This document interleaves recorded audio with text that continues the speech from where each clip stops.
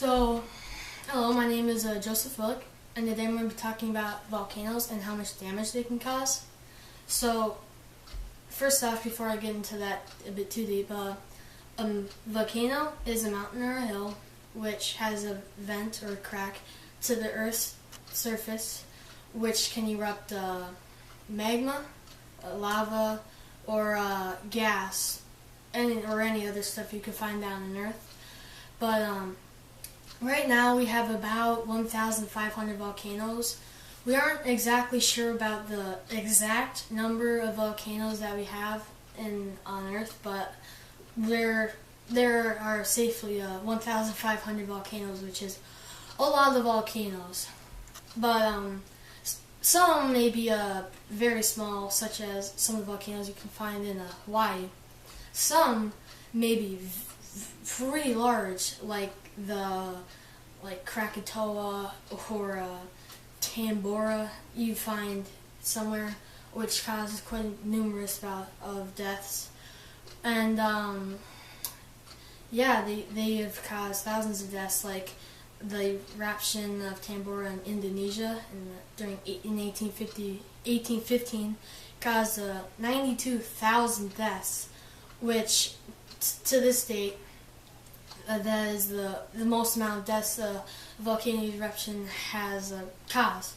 And then there was Krakatoa in Indonesia too, and erupted in 1883, which caused 36,000 deaths.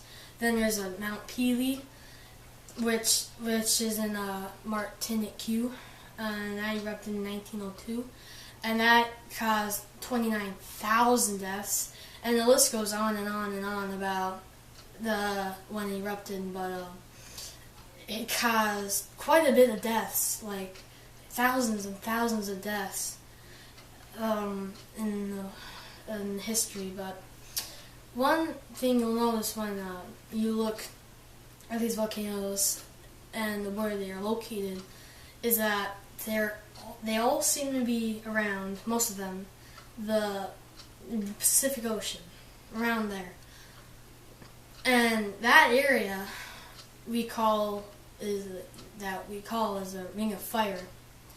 And Ring of Fire starts down in southern South America, but it goes up all the way to Alaska, and it crosses over the ocean through the ocean to eastern Russia, and then it goes down into New Zealand. Indonesia, New Zealand, and those are where some of the worst volcanoes are located. You're in Asia or United States, but that's where a majority of the volcanoes are located. But there's one distinct volcano that hasn't erupted in 75,000 years. That's the supervolcano. Now, the supervolcano is the one that you may know from the Ice Age. That volcano caused the Ice Age, and surprisingly, that volcano is located in Yellowstone National Park. Now, it's kind of weird because the volcanoes are located around the Pacific Rim, the Ring of Fire, but that supervolcano is located near America, which is kind of weird.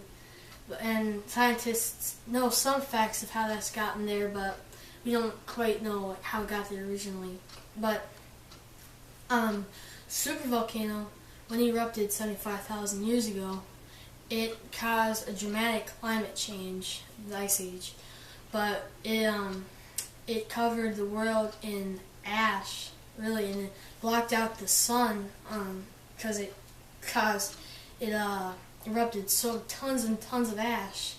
It blocked out the sun and caused a dramatic climate change in the ocean, like 10 degrees, which is quite a lot for an ocean to change.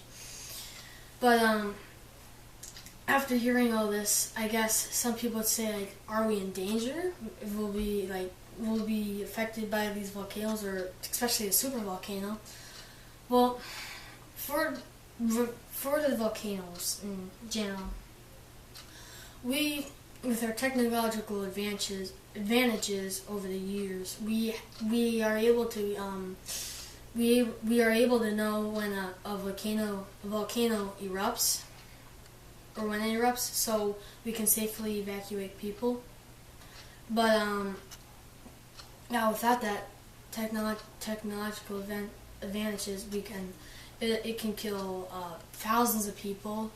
It can destroy cities, burn houses, do really anything to land. It could wipe out trees, acres and acres of trees, like when Mount St. Helens erupted. It wiped out all the trees near it. But we are able to know now when a volcano will erupt, so we can safely get to a safe distance when it erupts. But for a supervolcano, yes, we have the technology to know when it erupts, but we don't know when it will erupt, and when it does, it'll change us it'll change us for a long time, and probably forever if we survive, because nothing really survived after that eruption 75,000 years ago. But I guess when it comes to regular volcanoes, we are able to know and when it erupts, so we can limit the casualties to the eruptions. But super volcanoes, we will never know when it will erupt. But hopefully that won't erupt in a while. So, yeah.